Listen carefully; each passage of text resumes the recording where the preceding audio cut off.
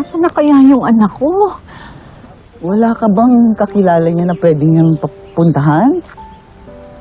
Naku, Aling Sefa, wala naman hong kalaro yung bata eh.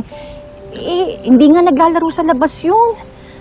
Dahil palagi po kasing tumutulong sa akin sa mga gawaing bahay eh. Ganun ko kabait yung anak ko. Diyos ko, Aling Sefa, ano po itong nagawa ko? Hindi ko dapat pinagalitan ng ganun si Tyrone eh. Tapos pinalo ko pa. Mali yun, hindi ko dapat ginawa yun eh. Siyempre, nabigla ka lang. Nadala ka ng emosyon mo. Minsan ganun talaga eh. Pero Aling Sefa, ako po yung nanay niya. Kilala ko po yung anak ko. Napakabait po ni Tyrone. Hindi niya magagawang magnakaw. Hindi niya magagawang mag-agrabyado ng ibang tao. Kilala niyo naman po yung anak ko, diba? Napakabait niya. Masunurin, magalang, mapagmahal. Mali talaga yung ginawa ko eh. Aling Sefa, mahal na mahal ko po talaga yung anak ko. Nay, mahal na mahal ko rin po kayo, Nay.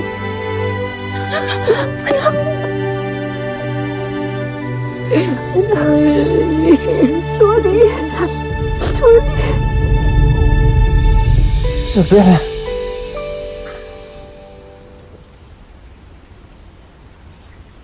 Chris! Kanina pa kita hinahanap. Ba't ka pa nandito? Si Bel, hinahanap ko eh. Wala na sa party. Ano? Saan naman kaya pumunta yun nang hindi nagpapaalam? Lantaway talaga. Hindi ko nagkita, parang may dinadamdam eh. Parang nagtatampo eh. Ano na naman kaya yun? Alam mo yung batang yan ha, habang lumalaki lalong nag-iinarte. Teka, baka pinagalitan mo. What? Sorry ah. Sorry din po, Nay.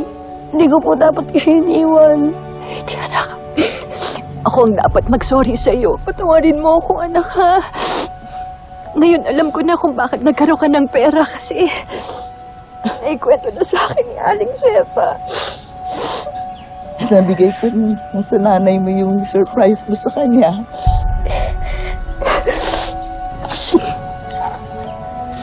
Ito. Salamat dito, ah. Alam mo, nagdahil sa salamin na to, naging malinaw na yung paningin ko sa tuwing nagpapasa ako. Tapos, yung sulat na nilagay mo doon sa maliit na paso, nabasa ko na. Talaga po, Nay.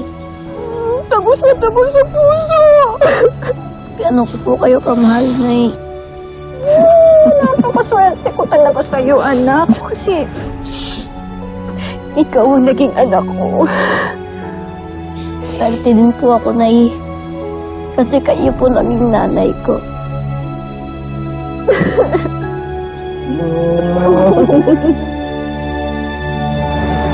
Baka kaya nagtampo? Baka may ginawa ka? Pinagalitan mo ba? Wala.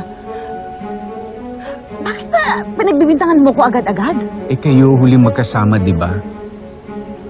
Wala akong ginagawa, okay? Ewan ko ba? Ang bilis ko mairita dyan sa bell na yan. Palibasa kasi, hindi ko naman siya anak. Okay na.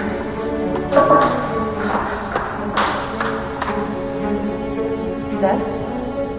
Kanina ka pa dyan? Anong narinig mo sa pinag-uusapan namin? Wala po. Wala po, Mami. Sige po.